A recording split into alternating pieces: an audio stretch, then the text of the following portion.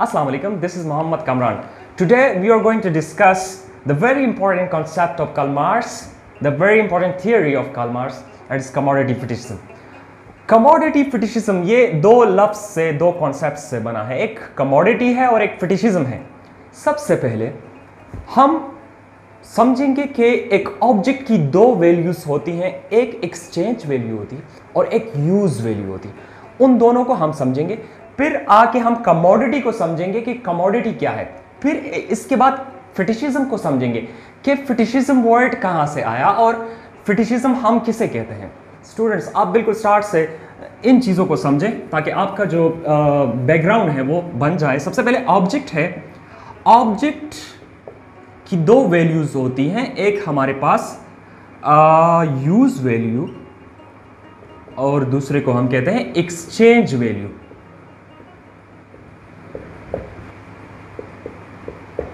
For example, एक चीज़ है, उसको हम एक खास मकसद के लिए इस्तेमाल करते हैं, उसका एक खास मकसद है, उस पर्पस के लिए वो बना है, उसको ये उसकी यूज़ वैल्यू है, उसको हम इस्तेमाल करते हैं रोज़मर्रा लाइफ में। और एक्सचेंज वैल्यू जो है वो जब हम एक कमोडिटी को, एक प्रोडक्ट को और एक ऑब्जेक्ट को हम दूसरे ऑब्जेक्ट के साथ एक्सचेंज करते हैं तो ये उसकी एक्सचेंज वैल्यू हो जाती है। फॉर एग्जाम्पल, आप जब कभी मार्केट जाते हो तो आप कोई चीज़ लेते हो तो उसके बदले में आप कुछ देते हो, तभी आप जाके वही चीज़ जो है वो लेते हो। अब आते हैं कमोडिटी पे। कमोडिटी क्या है? वो ऑब्जेक्ट जिसकी एक्सचेंज वैल्यू हो तो उसको हम बोलते हैं कमोडिटी। अब फिटिशिज्म क्या है? फिटिशिज्म जो है वो कार्ल मार्क्स ने एंथ्रोपोलॉजी से बोरो किया है। और फिटिशिज्म क्या चीज़ है? फिटिशिज्म जो है वो थियोलॉजी में एक कॉन्सेप्ट है, मतलब जो पुराने ज़माने में होता था, पुराने ज़माने में जो थियोलॉजिकल स्टेज होता था, उस ज़माने में लोग जो थे वो इनएनिमेट ऑब्जेक्ट की, मतलब उसकी बात करते थे। हम वो समझते थे कि उसके अंदर कोई सुपरनेचुरल क्वालिटीज़ हैं, कुछ ऐसी क्वालिटीज़ हैं जो बहुत पावरफुल हैं, या कुछ मैजिकल क्वालिटीज़ हैं, इसी तरह की क्वालिटीज़ वो उसके साथ अटैच करते थे और उसी बिना पे वो उनकी बात शुरू किया करते थे। तो ये वही फिटिशिज्म है। फिटिशिज्म हम समझते हैं कि कोई इनएनिमेट ऑब्जेक्ट है जिसके अंदर कुछ ऐसी हुसूसियात हैं जो सुपरनेचुरल हैं, तो उसी बिना पे जो है वो हम उसको बहुत ज़्यादा मतलब मुकद्दस समझने लगते हैं। तो इसको बोलते हैं हम फिटिशिज्म। इसकी एक एग्जांपल मैं आप लोगों के साथ शेयर करता हूँ। एमाइल डुरहाइम, उन्होंने टोटेमिज्म के बारे में बताया था, जो अर्लियर फॉर्म ऑफ रिलीजन है। वो इस बारे में कहते थे कि पुराने लोग जो होते थे वो एक दूसरे के साथ मिलते थे, तो वो एक दूसरे के साथ जो ताल्लुकात बनाते थे, वो एक दूसरे के साथ जब मिलते थे, एक दूसरे के साथ बातें करते थे, एक दूसरे के साथ एक सोशल रिलेशन, एक समाजी ताल्लुकात कायम करते थे, तो वहाँ पे जो चीज़ वहाँ पे होती थी, फॉर एग्जांपल कुछ लोग हैं एक पत्थर के करीब एक दूसरे से मिलते हैं, तो वो समझते थे कि ये इस पत्थर की वजह से मतलब हम आपस में जुड़ रहे हैं, हम आपस में मिल रहे हैं, ये इस पत्थर की वजह से उन्होंने हमें आपस में मिला दिया, तो वो उस पत्थर की बात शुरू करते थे। ये टोटेमिज्म का एक एग्जांपल है, अर्लियर फॉर्म ऑफ रिलीजन है। तो ये जस्ट एक एग्जांपल है जिस तरह मैंने सुना है। अब इस थ्योरी का मेन आइडिया मैं आप लोगों के साथ शेयर करना चाहता हूँ। देखिए, एक लेबर है, वो एक ऑब्जेक्ट को बनाता है, वो एक चीज़ बनाता है, वो उस पर टाइम लगाता है, उसमें वो अपना लेबर जो है वो इस्तेमाल करता है, यूज़ करता है।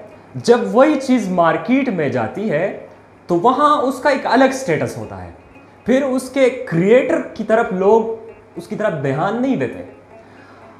लेबर को तो उसकी सिर्फ वो मजदूरी मिल जाती है, 10,000 15,000 वही, लेकिन वहाँ जो उसका स्टेटस होता है वो कुछ अलग होता है। आजकल लोग जो है वो ब्रांड कॉन्शियस बन गए हैं। देखिए, फॉर एग्जांपल बहुत सारी मिसालें हैं। लोग जो है दो तरह के शूज़ हैं, एक मतलब मैं नाम नहीं लेना चाहता, एक ब्रांडेड शूज़ है, दूसरा जो है वो आम शूज़ हैं। दोनों यूज़ वैल्यू जो है वो दोनों की सेम होती है, मतलब हम समझते हैं कि ये दोनों जो है वो एक ही काम कर सकते हैं, मतलब हम उसको पहन के इसमें हम चल सकते हैं। तो यही कार्ल मार्क्स जो है वो कमोडिटी फिटिशिज्म में बताता है कि एक ऑब्जेक्ट में हम समझते हैं कि ये उसकी अपनी वैल्यू है, मतलब वहाँ जो उसकी जो लेबर वैल्यू है वो तो हमने उससे निकाल दी, हम समझते हैं कि ये उसमें उसके अंदर अपनी क्वालिटीज़ हैं जिसके बिना पे ये इतना एक मतलब एक हायर स्टेटस पे पहुंच गया है।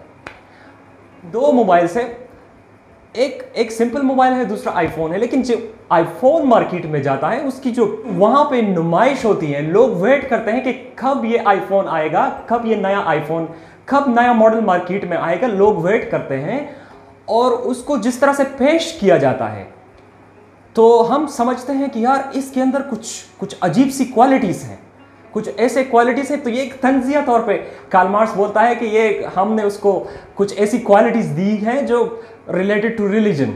हम समझते हैं कि यार इसके अंदर कुछ सुपरनेचुरल क्वालिटीज़ हैं। अब मैं आपको एक और मिसाल से समझाता हूँ। देखिए, दो शर्ट्स हैं, एक 500 की है और एक 2000 की है, लेकिन 2000 वाली शर्ट जो है वो ब्रांडेड है, ठीक है, और जो 500 वाली शर्ट है वो सिंपल है। जो ब्रांडेड शर्ट है उसकी प्राइस जो 1500 बढ़ी हुई है, ये उसके स्टेटस की वजह से है, जिसको हम बोलते हैं साइन एक्सचेंज वैल्यू। क्या बोलते हैं उसको? साइन एक्सचेंज वैल्यू बोलते हैं। हम समझते हैं कि ये उसके स्टेटस की वजह से उसकी जो प्राइस है वो बढ़ी है, उसके अंदर ये मतलब हम समझते हैं कि ये ब्रांडेड है। जो कमोडिटी फिटिशिज्म है ये मतलब अगर हम थोड़ा सा एनालिसिस करें तो ये हमारे सोशल रिलेशन पे असरअंदाज होता है। जैसे एक बंदा है, उसके पास गाड़ी है, अच्छी गाड़ी है, और वो कॉलेज जाता है, तो हम उसके साथ दोस्ती बनाते हैं। हम समझते हैं कि यार उसके पास गाड़ी है, तो इसका ये मतलब है कि हम अपना जो स्टेटस है उसको हम अपलिफ्ट करते हैं उसके थ्रू। हम समझते हैं कि हमारा अपना जो स्टेटस है उसके थ्रू बढ़ जाएगा, ये मतलब उस गाड़ी की वजह से, क्योंकि उसके पास एक ब्रांडेड गाड़ी है। तो ये भी एक एग्जाम्पल है, अलग अलग एंगल से हम उसको सोसाइटी पे अप्लाई कर सकते हैं। तो ये जो कैपिटलिस्ट सिस्टम है, तो इसमें इंसान सोशल रिलेशन में यानी समाजी ताल्लुकात में भी कॉस्ट एंड बेनिफिट जो है वो ढूंढता रहता है। और ये कमोडिटी फिटिशिज्म एक तरह की बीमारी है। इस तरह की कई मिसालें हैं, जिस तरह गोल्ड है, तो गोल्ड की यूज़ वैल्यू उतनी नहीं है जितनी एक्सचेंज वैल्यू है। गोल्ड तो हम खा नहीं सकते।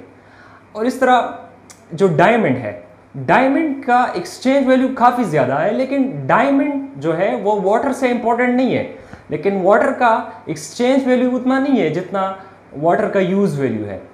तो जो है वो हम समझते हैं कि diamond is more valuable then water. हम उसके लिए कितना पैसे मतलब खर्च करते हैं एक डायमंड के लिए, या उसकी प्राइस कितनी होगी डायमंड की? बहुत ज़्यादा होगी।